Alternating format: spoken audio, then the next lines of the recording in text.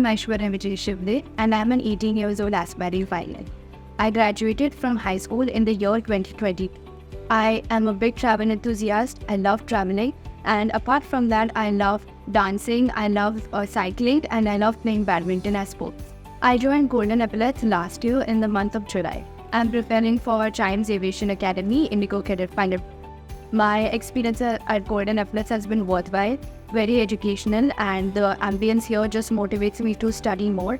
The faculties and all my instructors have been helping me through my ups and downs for my studies, be it DGCA, RTR, or the cadet program since last year, and they always cater to my needs for me to become a pilot. So my A320 simulator session was a very exciting and an educational one.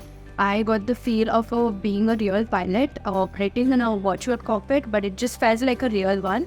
And I feel that every aspiring pilot should first go through the simulator session to actually know what they're preparing for. And I'm very grateful that I got a chance. I would like to thank my instructor and my co-pilot for such a wonderful experience in the cockpit.